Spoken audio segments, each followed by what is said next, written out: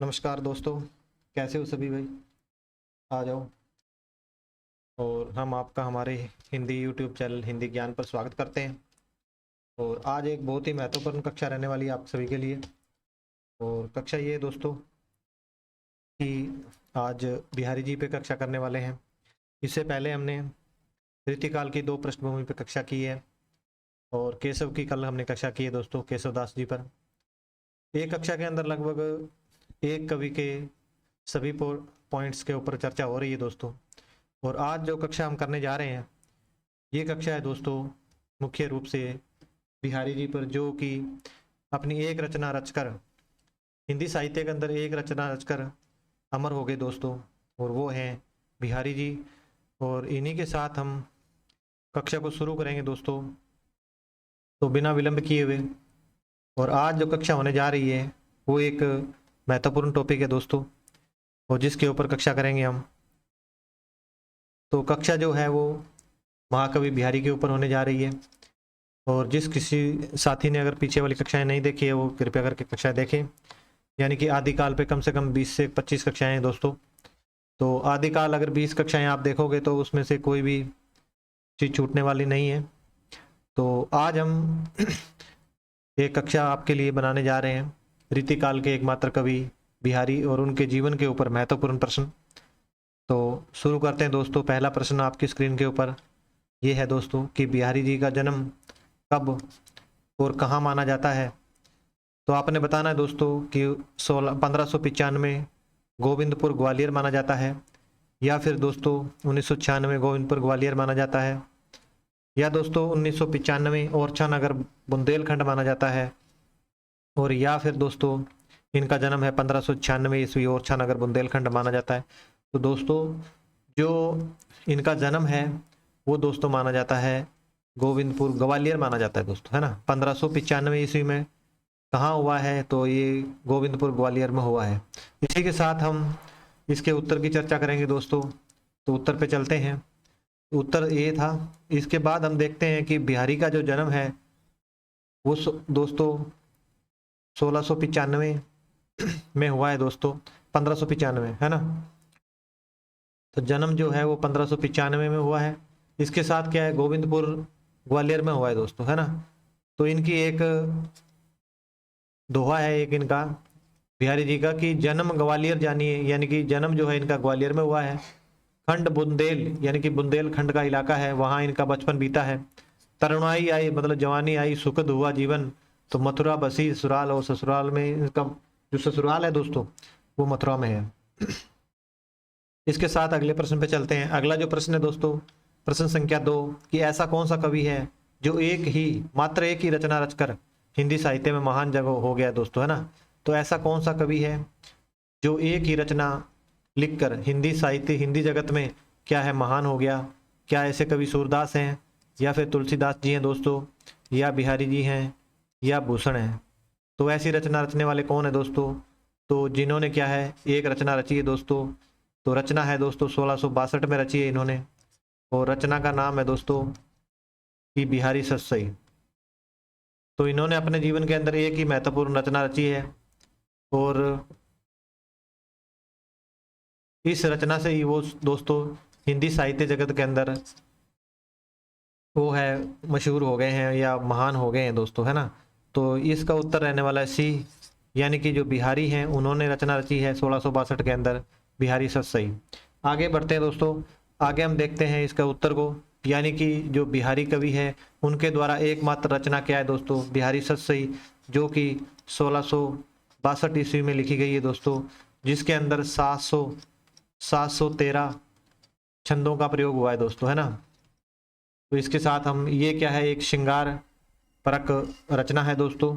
और आगे बढ़ते हैं, देखते हैं प्रश्न संख्या 3। तो प्रश्न संख्या 3 आपके स्क्रीन के ऊपर है कि बिहारी जी के पिता व गुरु का क्या नाम है।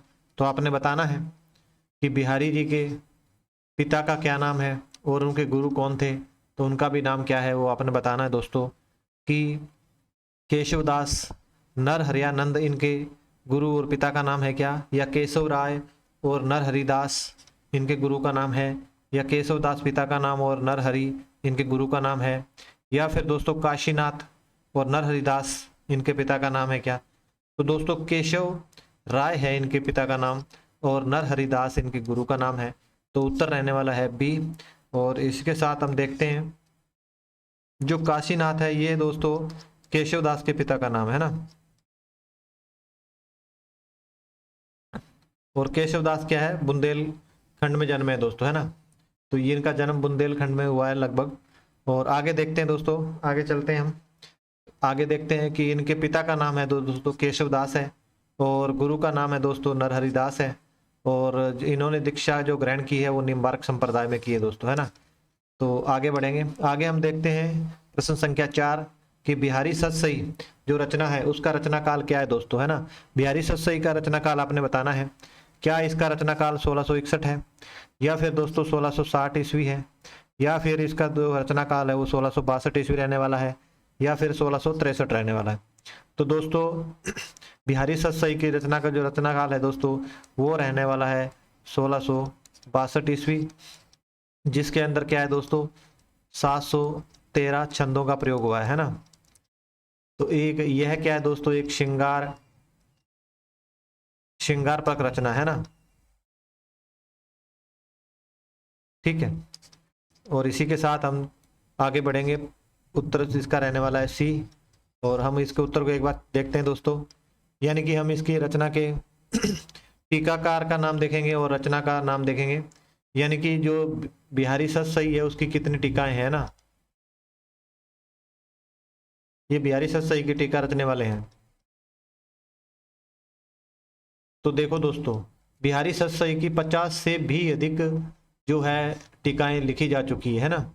तो कृष्ण लाल कवि ने इनकी एक टीका लिखी है, कृष्ण लाल की टीका। तो ये सर्वप्रथम टीका मानी जाती है दोस्तों, ये आपने ध्यान देना है कि सर्वप्रथम टीका जो है इसकी ये है दोस्तों, है ना। इसके साथ हम देखते हैं कि श्रुति मिश्र ने एक टीका लिखी है अमर चंद्रिका के नाम से, और लल्लू लाल जी ने लिखी है दोस्तों लाल चंद्रिका, ठीक है, याद रखना है आपने। अंबिका दत्त व्यास ने एक टीका लिखी है बिहारी बिहार, है ना। उसके बाद पद्म सिंह शर्मा ने एक लिखी है संजीवनी भाग्य। उसके बाद आनंदी लाल शर्मा ने एक टीका लिखी है दोस्तों फिरंगी सतसई, जो कि फारसी भाषा में है, ठीक है दोस्तों, ये याद रखना है, इसके आगे प्रश्न आएगा, ठीक है। और जगन्नाथ दास रत्नाकर ने लिखी है बिहारी रत्नाकर। तो आपने ये ध्यान देना है, जो ये टीकाएं लिखी गई है ये प्रश्न पूछे जा सकते हैं, तो आपने इनको याद करना है दोस्तों, है ना। तो इसीलिए हम क्या है एक ही स्लाइड में लेके आ जाते हैं आपके लिए। और हम आगे बढ़ते हैं, अभी आगे देखते हैं प्रश्न संख्या 5 है दोस्तों कि बिहारी सतसई की सर्वप्रथम टीका वो है किसके द्वारा लिखी गई है, तो आपने ये बताना है। तो बिहारी सतसई की जो टीका है, बिहारी सतसई सबसे पहले तो 1662 ईस्वी में रचना हुई दोस्तों, है ना। तो आपने बताना है कि श्रुति मिश्र है, या फिर आनंदी लाल शर्मा है दोस्तों, या फिर लल्लू लाल जी है, या दोस्तों कृष्ण कवि है ना। तो आपने इनमें से एक को बताना है कि बिहारी सतसई की सर्वप्रथम टीका किसके द्वारा लिखी गई, ठीक है। इसके अंदर क्या है दोस्तों 713 क्या है छंदों का प्रयोग है। इसके बाद बिहारी सतसई के अंदर दोस्तों लल्लू लाल जी ने इनकी एक रचना की, उसको लल्लू लाल जी टीका लिखी इन्होंने, तो लाल चंद्रिका, है ना। ऐसे ही याद रखने आपने, एक एक करके याद रहेगा आपको। तो आगे हम देखते हैं दोस्तों इसकी जो सर्वप्रथम टीका हमने पिछले प्रश्न में बताई आपको कि जो सर्वप्रथम टीका है वो दोस्तों इनके दत्तक पुत्र कौन है, कृष्ण लाल है दोस्तों, है ना। कृष्ण लाल कवि के द्वारा लिखी गई है सर्वप्रथम, ठीक है दोस्तों। तो इसका उत्तर रहने वाला है डी, यानी कि कृष्ण कवि। और हम आगे देखते हैं इसके उत्तर को। तो इसकी सर्वप्रथम टीका जो लिखने वाले हैं दोस्तों कृष्ण कवि है, वो इनके दत्तक पुत्र माने जाते हैं, ठीक है। दत्तक पुत्र क्या होता है, दत्तक पुत्र होता है दोस्तों गोद लिया हुआ, है ना। अगर किसी शादी को पता नहीं है तो ध्यान देना है आपने, जो किसी से हम गोद लेते हैं बच्चे को वो क्या होता है दत्तक पुत्र बोला जाता है, ठीक है। इसके साथ हम आगे बढ़ेंगे, आगे देखते हैं प्रश्न संख्या 6 कि बिहारी के आश्रयदाता कौन थे। तो आपने ये बताना है कि बिहारी के आश्रयदाता कौन थे, क्या महाराज वीर सिंह थे, या फिर दोस्तों राजा जय सिंह थे, या राजा रतन सेन थे, या फिर राजा छत्रसाल थे, ठीक है। तो हम देखते हैं महाराज वीर सिंह तो है केशव रहते थे उनके आश्रय में, है ना, केशवदास। ठीक है दोस्तों। और छत्रसाल की बात की जाए तो यहाँ भूषण रहते थे, है ना। तो ये है, इसके साथ उत्तर जो रहने वाला है वो रहने वाला है दोस्तों बी, यानी कि राजा जय सिंह थे, उनकी छत्र छाया में ये रहते थे। और इसके साथ उत्तर बी रहने वाला है। और हम आगे बढ़ते हैं दोस्तों। आगे हम देखते हैं कि आश्रयदाता इनके कौन रहने वाले हैं, कि जयपुर के राजा कछुआ वंश के थे, बोला। ठीक है, ये आपने ध्यान देना है। और शासक का नाम क्या था, मिर्जा राजा जय सिंह थे, है ना। तो जय सिंह जो थे कछुआ वंश के थे, और ये जयपुर के सियासत के राजा थे। और इनके आश्रयदाता में जो है बिहारी कवि रहते थे। ठीक है, इसके साथ हम आगे बढ़ेंगे। प्रश्न संख्या 7 आपकी स्क्रीन के ऊपर है कि संपूर्ण यूरोप में सत सही के समक्ष कोई ऐसी रचना प्राप्त नहीं होती है, तो ये पंक्तियां किसके द्वारा कही गई है। तो आपने एक बार पुनः सुने कि संपूर्ण यूरोप में सत सही के समक्ष कोई ऐसी रचना प्राप्त नहीं होती है, तो ये पंक्तियां किसके द्वारा कही गई है। क्या ये पंक्तियां आचार्य रामचंद्र शुक्ल जी कहते हैं, या फिर हजारी प्रसाद द्विवेदी जी कहते हैं दोस्तों, या फिर ग्रियर्सन जी कहते हैं, या गारसा दत्तासी कहते हैं। तो दोस्तों ये जो पंक्तियां कही है वो ऐसी बात कौन कर सकते हैं कि संपूर्ण यूरोप में, पूरे यूरोप की बात कौन कर सकता है कि सत सही के समक्ष कोई ऐसी रचना नहीं है। तो ऐसी बात कर सकते हैं दोस्तों अपने ग्रियर्सन जी। ठीक है, तो इसका उत्तर रहने वाला है सी। ठीक है, और हम आगे बढ़ते हैं। आगे हम देखते हैं इसके उत्तर को, यानी कि इस रचना कौन सी है, सत सही में, है ना। बिहारी सत सही में क्या है, भक्ति है, रस है और नीति की त्रिवेणी कहलाती है। त्रिवेणी क्या है, त्रिवेणी संगम है ना, गंगा जमुना ऐसे सरस्वती तीनों नदी का जो संगम होता है उसको त्रिवेणी कहा जाता है। तो तीन कलाएं हैं यहाँ पे, देखो 3 रस है, भक्ति रस है, उसके बाद नीति है ना। तो ये रचना क्या है दोस्तों, त्रिवेणी कहलाई है। ठीक है, बिहारी सत सही।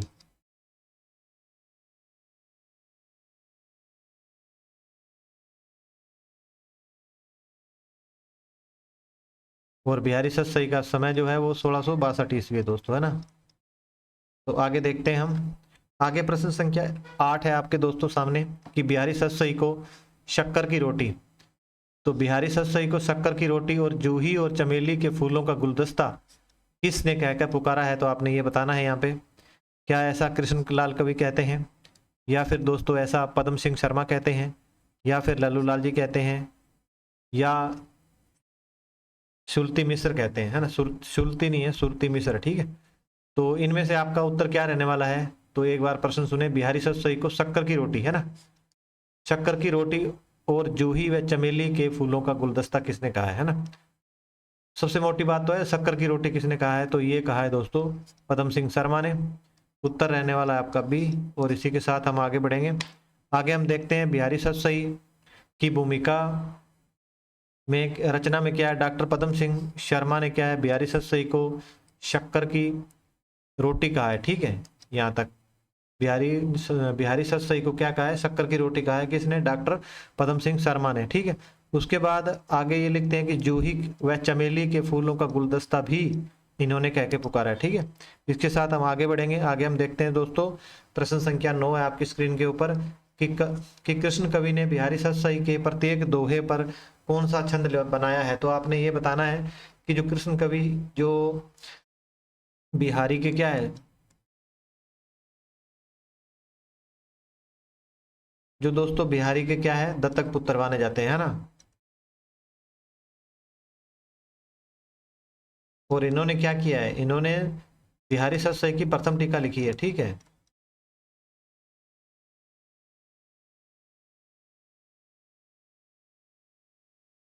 ठीक है दोस्तों।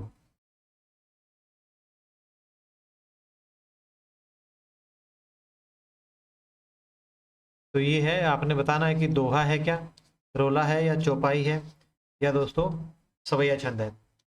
तो जो कृष्ण कवि है इन्होंने प्रथम इनकी बिहारी सत सही की जो टीका लिखी है, प्रत्येक दोहे को कौन सा छंद बनाया है इन्होंने। तो इन्होंने बनाया है दोस्तों सवैया छंद, है ना। इसके साथ ये डी रहने वाला है। और हम आगे बढ़ते हैं।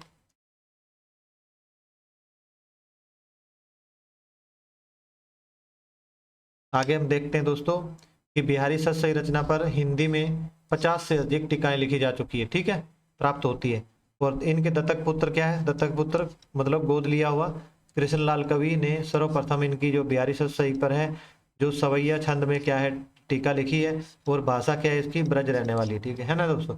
इसके साथ आगे बढ़ेंगे। प्रश्न संख्या 10 है दोस्तों कि बिहारी सतसई पर फारसी भाषा में टीका किस राइटर ने लिखी है या किसने लिखी है, तो आपने ये बताना है कि कृष्णलाल कवि ने लिखी है, या फिर दोस्तों ये आनंदीलाल मिश्र ने लिखी है, या फिर लल्लू लाल जी ने लिखी है, या पद्म सिंह शर्मा ने लिखी है।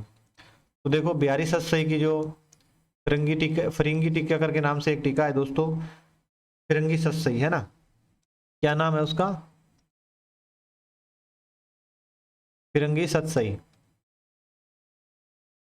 तो इस ये टीका लिखी है दोस्तों आनंदीलाल मिश्र ने, ठीक है दोस्तों।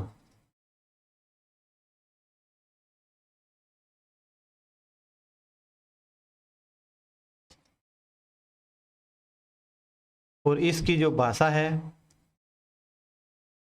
वो भाषा है दोस्तों फारसी। तो आपने ध्यान देना है कि ये जो रचना है आनंदीलाल मिश्र ने लिखी है और फिरंगी सतसई के नाम से, और वो है दोस्तों फारसी भाषा के अंदर। तो उत्तर रहने वाला है बी। और इसी के साथ हम आगे बढ़ेंगे। आगे हम देखते हैं कि बिहारी सतसई में क्या है, श्रृंगार रस की प्रधानता रही है, पर भक्ति और नीति परक भी पद मिलते हैं। तो यहाँ बिहारी सतसई को क्या है दोस्तों, श्रृंगार परक रचना माना जाता है, श्रृंगार रस की प्रधानता पाई जाती है। पर यहाँ पे ये भी कहना गलत नहीं होगा कि भक्ति और नीति के जो पद है यहाँ दोहे हैं वो पाए जाते हैं दोस्तों। तो एक इसका जो सर्वप्रथम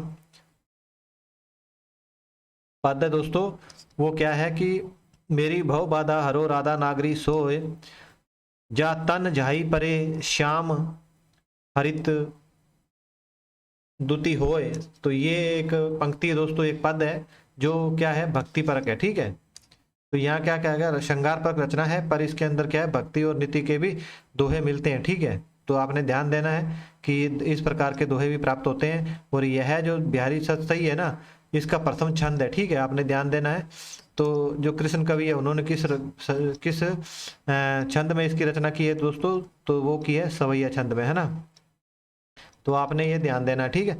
इसके बाद जो कि मंगलाचरण के रूप में प्रस्तुत हुआ है, जो ये जो पद है ना दोस्तों, ये मंगलाचरण है, ठीक है। इसमें क्या लिखा है, मेरी भव बाधा हरो राधा नागरी सोय, जा तन जाई परे श्याम हरित दुति होय। तो इस प्रकार से आगे चलेंगे। आगे हम प्रश्न संख्या 11 देखते हैं दोस्तों कि किस ने बिहारी सतसई को क्या है रसिकों का हृदय का घर कह के पुकारा है। तो आपने ये बताना है कि जो बिहारी सतसई है उसको रसिकों के हृदय का घर किसने कह के पुकारा है। क्या रामचंद्र शुक्ल जी ऐसी बात कहेंगे, या फिर आचार्य हजारी प्रसाद द्विवेदी कहते हैं दोस्तों, या फिर आचार्य महावीर प्रसाद द्विवेदी कह सकते हैं, और या फिर हरिवंश राय बच्चन। तो आपके हिसाब से उत्तर क्या रहने वाला है कि ऐसी बात कौन बोल सकता है कि रसिकों के हृदय का घर। तो ऐसी बात बोल सकते हैं दोस्तों हमारे आचार्य हजारी प्रसाद द्विवेदी जी, ठीक है। और उत्तर रहने वाला है बी। इसी के साथ हम आगे बढ़ेंगे। आगे हम देखते हैं दोस्तों कि सूरदास और बिहारी क्या है, सूरदास और बिहारी दोनों ने क्या है दोस्तों राधा का वर्णन किया है, ठीक है। परंतु सूरदास की राधा क्या है, मूक है ना। और बिहारी की राधा क्या है, वाचाल है, ज्यादा बोलने वाली है। वाचाल क्या होता है, ज्यादा बोलने वाला, है ना। तो ये दोस्तों है ना। और राधा इनकी की राधा क्या है, मूक है। मूक मानो कम बोलने वाला जो होता है ना, जो नहीं बोलता है ना। तो किसने कहा है ये, तो ये देखो बिहारी और दोनों ने की है। तो राधा जो है सूरदास की जो है मूक है, परंतु जो बिहारी की राधा है वो वाचाल है, ठीक है। इसी के साथ हम आगे बढ़ेंगे। आगे हम देखते हैं दोस्तों प्रश्न संख्या 12 कि बिहारी सतसई में कुल कितने छंदों का प्रयोग हुआ है। तो ये हमने पहले आपको बताया दोस्तों कितने छंदों का प्रयोग हुआ है दोस्तों। तो आपने बताना है क्या 700 हुआ है, 710 है दोस्तों, या फिर 715 हुए हैं, या फिर दोस्तों क्या है 713 हुए हैं। तो इसका हमने पिछले ही प्रश्न में बताया था कि 713 जो है छंदों का यहाँ पे प्रयोग किया गया है दोस्तों, है ना। और ये क्या है दोस्तों, श्रृंगार परक रचना है दोस्तों, है ना। तो इसके अंदर आपने देखा कि भक्ति और नीति के दोहे हैं या पद है वो भी मिल जाते हैं, ठीक है। इसके साथ हम आगे बढ़ते हैं। आगे हम देखते हैं दोस्तों कि जो बिहारी सतसई है उसकी मुख्य रचना क्या क्या है, परिभाषा देखो 1662 में ये लिखी गई है। 713 इसके छंद है दोस्तों, और ये ब्रज भाषा है, ठीक है। इसके ये ध्यान देना है कि ये ब्रज भाषा में है बिहारी सतसई, और मुक्तक काव्य कहलाई है, ठीक है। इसके बाद क्या है, श्रृंगार रस की यहाँ प्रधानता पाई गई है, और इसके अलावा क्या है, भक्ति और रीति के बीच दोहे यहाँ प्राप्त होते हैं। ठीक है, इसके बाद प्रश्न संख्या 13 है आपकी स्क्रीन के ऊपर कि रीतिकाल में मुख्यतः 3 संप्रदाय थे, है ना। रीतिकाल में संप्रदाय थे, एक तो अलंकार था भाई, एक रस था और एक ध्वनि था। तो इनमें से आपने बताना है कि बिहारी किस संप्रदाय के कवि माने जाते हैं। तो रीतिकाल में मुख्यतः क्या है, 3 संप्रदाय थे, अलंकार, रस, ध्वनि। तो आपने बताना है बिहारी किस संप्रदाय से ताल्लुकात रखते हैं, क्या वो अलंकार संप्रदाय से थे, या फिर दोस्तों वो क्या नाम है, ध्वनि संप्रदाय से है, या रस संप्रदाय से, फिर रीति संप्रदाय से, है ना। तो भाई ये तो हो नहीं सकता है, क्योंकि वो 3 ही संप्रदाय थे, अलंकार, रस, ध्वनि। तो ये 3 संप्रदाय है, इनमें से आपने बताना है कि जो बिहारी है वो किस संप्रदाय से संबंध रखते हैं। तो बिहारी रखते हैं दोस्तों ध्वनि से, है ना। तो उत्तर रहने वाला है बी। इसके साथ हम आगे बढ़ेंगे, आगे हम देखते हैं दोस्तों कि बिहारी जो है वो ध्वनि संप्रदाय से क्या संबंध रखते हैं। और अगला प्रश्न देखते हैं, आगे जो प्रश्न संख्या 14 है दोस्तों कि लाला भगवान दीन ने सूर, तुलसी और केशव के बाद हिंदी साहित्य में चौथा स्थान किसको दिया है। तो आपने बताना है क्या बिहारी को दिया है, या फिर केशव को दिया है दोस्तों, या देव को दिया है, या फिर गणानंद को दिया है ना। तो लाला भगवान दीन है दोस्तों,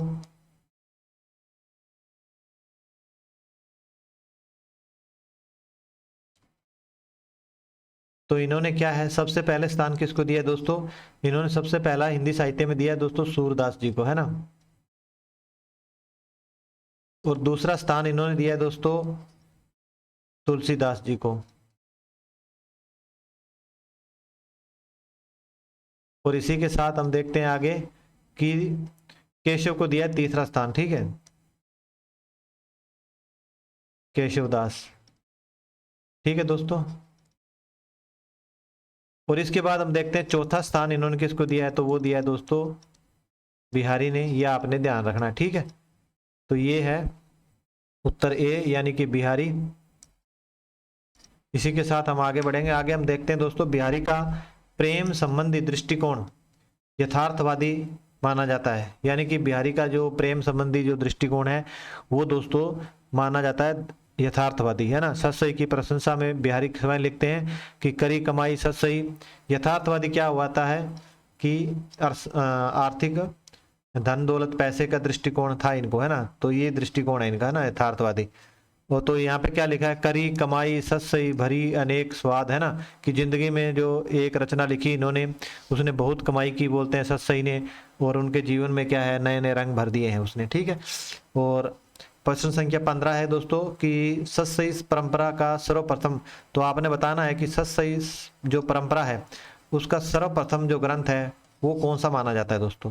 क्या लाल चंद्रिका को माना जाता है, या बिहारी सत सही को माना जाता है, या दोस्तों गाहा सत सही को माना जाता है, या फिर फिरंगी सत सही को माना जाता है। तो आपने बताना है कि जो हिंदी साहित्य के जो जगत है उसके अंदर क्या है दोस्तों, जो सत सही परंपरा है उसकी शुरुआत कहाँ से है, या उसका पहला ग्रंथ कौन सा है, तो ये बताना है। तो भाई उसका जो ये रचना जो है ये बिहारी सत सही की टीका है दोस्तों, बिहारी बिहार भी टीका है, और फिरंगी फिरंगी फिरंगी सत सही भी टीका है दोस्तों, और ये जो है फारसी भाषा में लिखी गई है। ठीक है दोस्तों, इसके बाद हम देखते हैं इसका जो उत्तर है जो है गाहा सत सही। ठीक है दोस्तों, इसके बाद हम चलेंगे इसके उत्तर पे, और हम देखते हैं कि सत सही परंपरा की सर्वप्रथम ग्रंथ जो है दोस्तों हाल कवि के द्वारा लिखी गई गाहा सत सही को माना गया है। ठीक है, तो ये आपने ध्यान देना है। इसके बाद हम देखते हैं दूसरे में क्या है पॉइंट, बिहारी एक ऐसे कवि हैं जिन्होंने क्या है दोस्तों ग्रामीण संस्कृति के विरुद्ध घृणा भाव प्रकट किया है। ठीक है, ये आपने बहुत ही महत्वपूर्ण टॉपिक है, यहाँ पॉइंट है, और इसको आपने ध्यान देना है दोस्तों, है ना, कि जो बिहारी एक ऐसे कवि हुए हैं जिन्होंने क्या है ग्रामीण संस्कृति के विरुद्ध घृणा भाव प्रकट किया है। इसके साथ हम देखते हैं हिंदी साहित्य में क्या है देव बड़े या बिहारी नामक एक जो विवाद चला था उसका जन्म जो है किसने दिया था दोस्तों, मिश्र बंधुओं ने दिया था। इन्होंने जो हिंदी के नवरत्न हैं वो अपने साहित्य के अंदर लिखे, जिसके अंदर दोस्तों इन्होंने सूरदास और तुलसीदास के बाद ना देव बिहारी या देव इन्होंने देव को बिहारी से बड़ा बता दिया है, इसीलिए ये जो बवाल चला इनका। और बाद में जो है 3-4 जो कवि हैं इस काल के उन्होंने भी बहुत सारी रचनाएं लिखी, और किसी ने बिहारी को बड़ा बताया, किसी ने देव को बड़ा बताया दोस्तों। तो इस प्रकार क्या है आज का ये अंतिम प्रश्न था, और आज की कक्षा जो दोस्तों यहीं हम समाप्त करेंगे। और अगर आपको कक्षा हमारी पसंद आ रही है दोस्तों, तो आपने क्या है, चैनल को सब्सक्राइब और लाइक करना है दोस्तों। इसके साथ आज की जो कक्षा है यहीं समाप्त करेंगे, और हमारे चैनल के साथ जुड़ने के लिए आप सभी का धन्यवाद। और हमारा चैनल का नाम है दोस्तों हिंदी ज्ञान, और हम इस प्रकार की महत्वपूर्ण और इम्पोर्टेंट क्लासें आपके लिए बनाते रहते हैं। मास्टर कैडर और लेक्चर कैडर के लिए बहुत ही महत्वपूर्ण रहने वाली है। इसके साथ कोई भी जहाँ हिंदी साहित्य आता है, वो एक दिवसीय एग्ज़ाम कोई भी हो, उसके लिए भी इम्पोर्टेंट क्लास है। उसके साथ हम कह सकते हैं कि इस चैनल के ऊपर आपको फ्री एंड कॉस्ट पढ़ाया जा रहा है। इसके साथ हम बता दे रहे हैं आपको कि हम जो है पंजाबी पेपर ए जो पंजाब में हो रहा है, जो जनरल पेपर है, उसकी तैयारी भी हम करवा रहे हैं। और वो भी हमारे चैनल के ऊपर कम से कम 40 से 50 वीडियो पड़ी हुई है। आप उसमें पंजाबी की बहुत सारी वीडियो देख सकते हैं, और जिसके अंदर क्या है कि मुहावरे हैं, और नाव पढ़नाव क्रिया विशेषण, और उसके साथ जितने भी ये लेखक लगे हुए हैं, उसके अंदर साहित्यकार हैं, उनके बारे में भी चर्चा की गई है। तो आप अवश्य देखें। और आज की कक्षा को इधर ही समाप्त करेंगे दोस्तों, बिना विलंब किए हुए। सभी का धन्यवाद हमारे चैनल पर जुड़ने के लिए दोस्तों।